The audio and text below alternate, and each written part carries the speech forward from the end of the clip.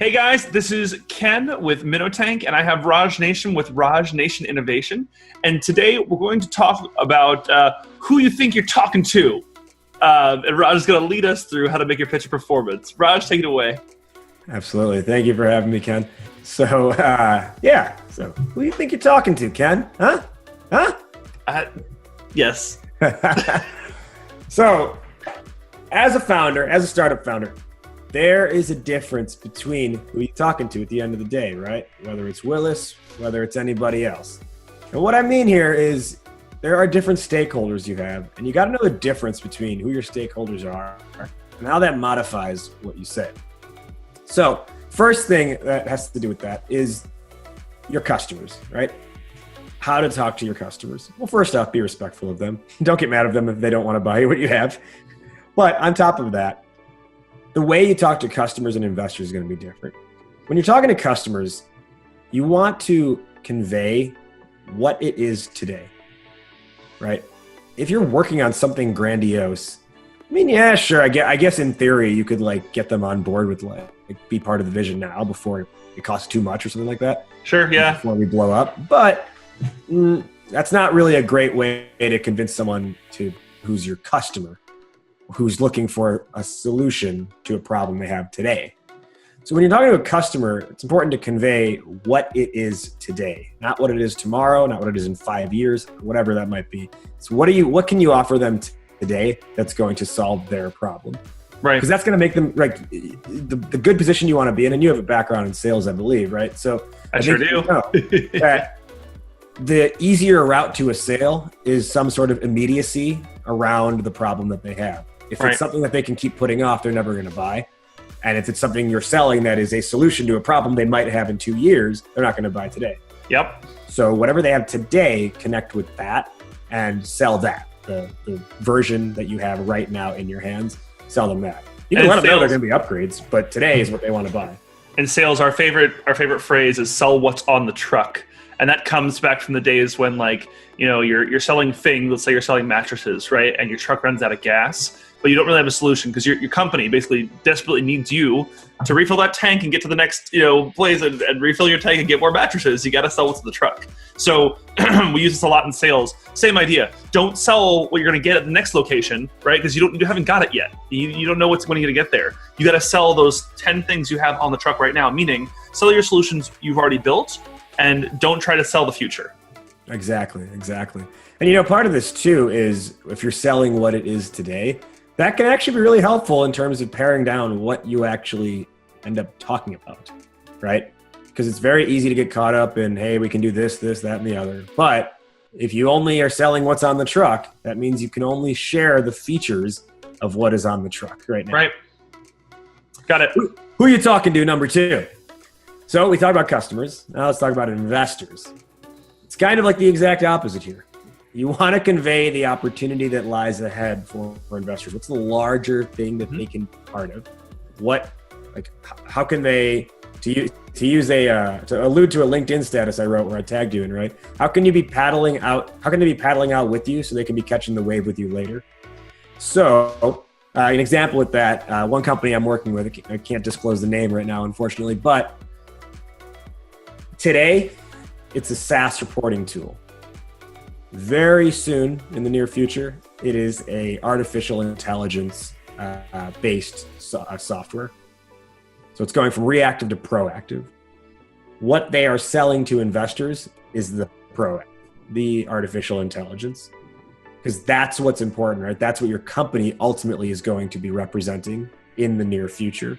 And whether it's near future 5 months or whether it's near future, 3 to 5 years, sell that. Sell what's happening there. Right. And I'll tell you, my own learning with this was one of the first companies I ever worked with. I got this wrong, and it wasn't until they switched up how they were pitching did they have success with investors. They found that when they were selling the idea today, it just wasn't seen as a big enough opportunity. Sure. And it's a company, I can give you the name. The name is Kio, and they are an access point where you can use your palm, hold it up to a touchless scanner, and it will create some type of transaction. Yeah. And what they decided to start with was coffee shops. Yep. Pay for your coffee with your palm. If you forgot your keys, your wallet, whatever, you don't need any of that. You just hold up your palm. You'll never forget to bring your palm with you. Now, what they had planned for the future and what they wanted to roll into was this becomes a point of access. So imagine, say if you live in Chicago or any major metropolitan area, you board the public transit system with this. You don't have to take out a card out of your wallet, nothing like that. Yep. Imagine unlocking the door of your car with this. Your hand, yeah. Imagine being in like your bank vault and just doing this, right? It's very futuristic. And once they started selling this as access instead of this as here's my money, right? Here's my money. Yeah. Thank you very much, sir. Have a nice day. That's when investors started latching onto them. So again, I can tell you that was a big learning for me of sell the opportunity, don't sell the what it is today, which is exact opposite from the customer perspective. Right. I'm a huge fan of Keo. Aren't they a female founding team? Yes, they are led by there are 3 co-founders. 2 of them are female as well as minority. Love it. And immigrant, I believe. Fabulous for Tank. Yeah. Who are you talking to? Number 3. Regardless of who you're talking to, control the conversation. It is so easy to let the conversation get completely out of your hands and have people say, wait, what about this and that and the other? Like, I don't get it, right? And the way you control the conversation is, number 1, don't overtalk. Like, allow them to ask you questions that you want them to ask you. You can it's like bring the horse to the water. Sure. Lead a horse to water, yes. Yeah, and then actually get them to drink the water. So it's really easy when someone asks, what does your company do? To talk for 5 minutes. Mm-hmm. So first off, have a good elevator pitch. We've talked so much about that on previous episodes. Yep. Have a good elevator pitch that essentially sets them up to ask a question next that you want to ask. Or rather than that, close your elevator pitch by asking them a question that would essentially better inform what you have to offer. It would put them in the shoes of what you're doing.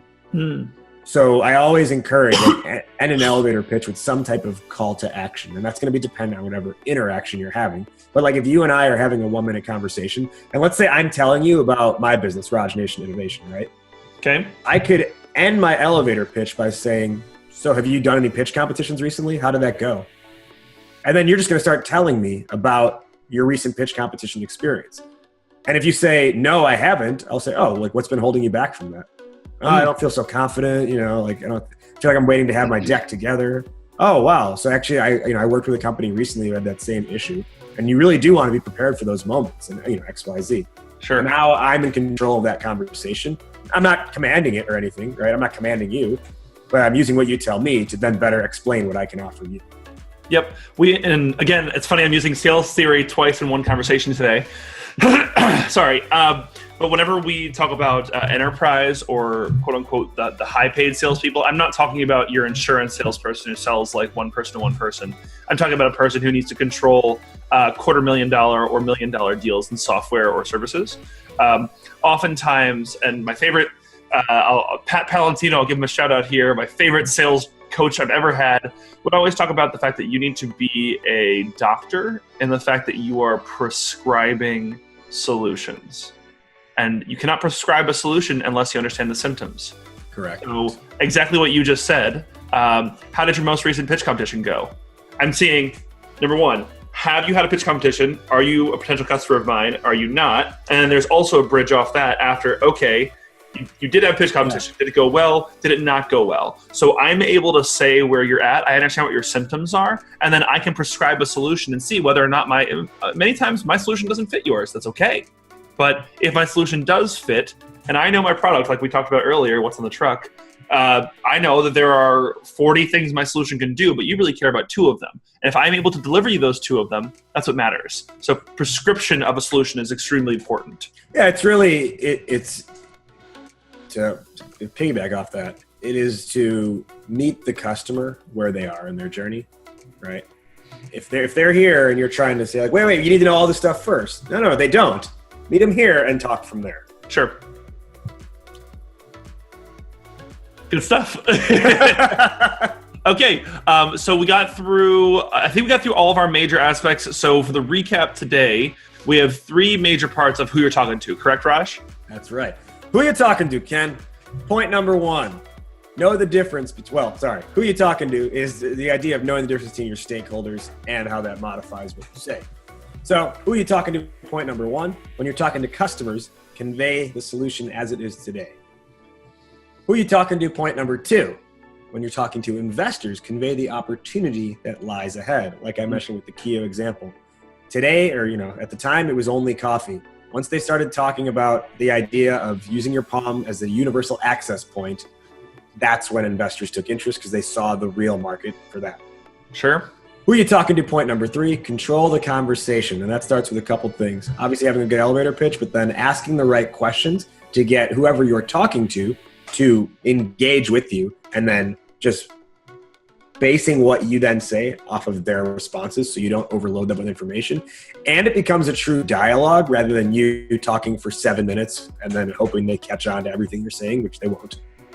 Sure, and that kind of references a video we did before together, which was Can I Kick It? Yes, You Can, where you want to have that interaction, that back and forth conversation to keep everyone in the audience engaged. Because like you said, this situation, who you're talking to, actually happens to us a lot as startup founders. Yeah. We'll be at a pitch competition. We will have all 3 in the audience. You will have your customer, you will have potential investors, and you will have, what am I missing here? What's number 3? Customer, network people, investors, everybody else, right? All the other people in your community. I'm not sure, but it's so important that you're able to keep all of them equally engaged and be able to speak to the different aspects of what they're looking for. So, Raj, thank you very much. Who are you talking to? I don't have nearly your linguistic ability by changing my accents, but thank you very much. And below in the comments, we're going to have any kind of links we made to other conversations. And if you guys have any questions for Raj, please do put them in the comments and we'll answer them on the next episode. Thank you guys very much.